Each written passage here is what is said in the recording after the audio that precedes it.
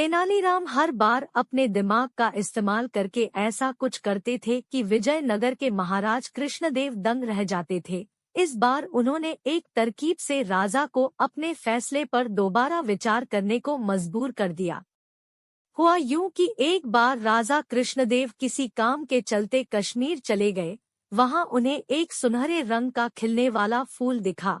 वो फूल महाराज को इतना पसंद आया कि वो अपने राज्य विजयनगर लौटते समय उसका एक पौधा अपने साथ लेकर आ गए।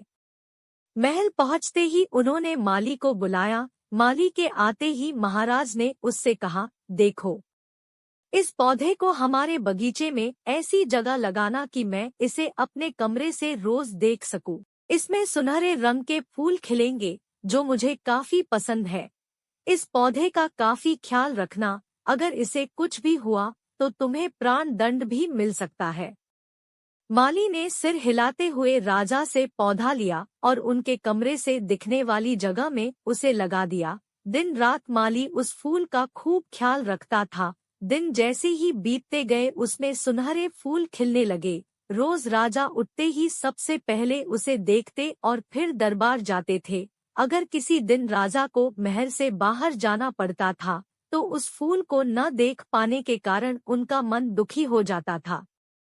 एक दिन जब राजा सुबह उस फूल को देखने के लिए अपनी खिड़की पर आए तो उन्हें वो फूल दिखा ही नहीं। तभी उन्होंने माली को बुलवाया। महाराज ने माली से पूछा, वो पौधा कहाँ गया? मुझे उसके फूल क्यों दिख नहीं रहे हैं? जवाब में माली ने कहा, साहब, उसे कल शाम को मेरी बकरी खा गई। इस बात को सुनते ही उनका गुस्सा 7वें आसमान पर पहुंच गया। उन्होंने सीधे राजमाली को 2 दिन बाद मौत की सजा सुनाने का आदेश दे दिया। तभी वहां सैनिक आए और उसे जेल में डाल दिया। माली की पत्नी को जैसे ही इस बारे में पता चला, वो दरबार में राजा से फरियाद करने पहुंची। गुस्से में महाराज ने उसकी एक बात न सुनी। रोते रोते वो दरबार से जाने लगी। तभी एक व्यक्ति ने उसे तेनालीराम से मिलने की सलाह दी। रोते हुए माली की पत्नी ने तेनालीराम को अपने पति को मिली मौत की सजा और उस सुनहरे फूल के बारे में बताया। उसकी सारी बात सुनकर तेनालीराम ने उसे समझा बुझाकर घर भेज दिया। अगले दिन गुस्से में माली की पत्नी उस सुनहरा फूल खाने वाली बकरी को चौराहे में ले जाकर डंडे से पीटने लगती है। ऐसा करते करते बकरी अधमरी हो गई। विजयनगर राज्य में पशुओं के साथ इस तरह का व्यवहार करना मना था। इसे क्रूरता माना जाता था। इसलिए कुछ लोगों ने माली की पत्नी की इस हरकत की शिकायत नगर कोतवाल को कर दी। सारा मामला जानने के बाद नगर कोतवाल के सिपाहियों को पता चला कि यह सब माली को मिले दंड की वजह से वो गुस्से में कर रही है।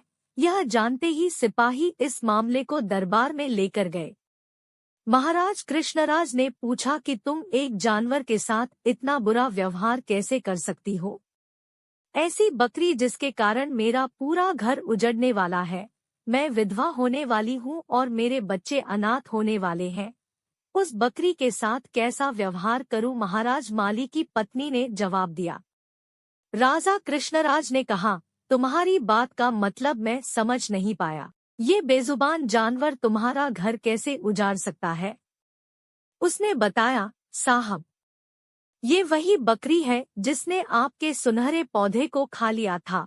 इसकी वजह से आपने मेरे पति को मौत की सजा सुना दी है। गलती तो इस बकरी की थी, लेकिन सजा मेरे पति को मिल रही है। सजा असल में इस बकरी को मिलनी चाहिए, इसलिए मैं इसे डंडे से पीट रही थी। अब महाराज को यह बात समझ आई कि गलती माली की नहीं बल्कि बकरी की थी। यह समझते ही उन्होंने माली की पत्नी से पूछा कि तुम्हारे पास इतनी बुद्धि कैसे आई कि इस तरह से मेरी गलती के बारे में समझा सको? उसने कहा कि महाराज, मुझे रोने के अलावा कुछ भी नहीं सूझ रहा था। यह सब मुझे पंडित तेनालीराम जी ने समझाया है। एक बार फिर राजा कृष्णराय को तेनालीराम पर गर्व महसूस हुआ और उन्होंने कहा कि तेनालीराम, तुमने मुझे एक बार फिर बड़ी गलती करने से रोक दिया। यह कहते ही महाराज ने माली का मृत्यु दंड का फैसला वापस लेते हुए उसे जेल से रिहा करने का आदेश दिया। साथ ही तेनालीराम को उनकी बुद्धि के लिए 50,000 स्वर्ण मुद्राएं उपहार के रूप में दी। इस कहानी से हमें ये सीख मिलती है कि समय से पहले कभी भी हार नहीं माननी चाहिए। कोशिश करने से बड़ी मुसीबत से निपटा जा सकता है। दोस्तों, अगर आपको हमारी कहानियाँ अच्छी लगती हों तो हमारे चैनल को सब्सक्राइब जरूर करें और अपने दोस्तों में शेयर करें।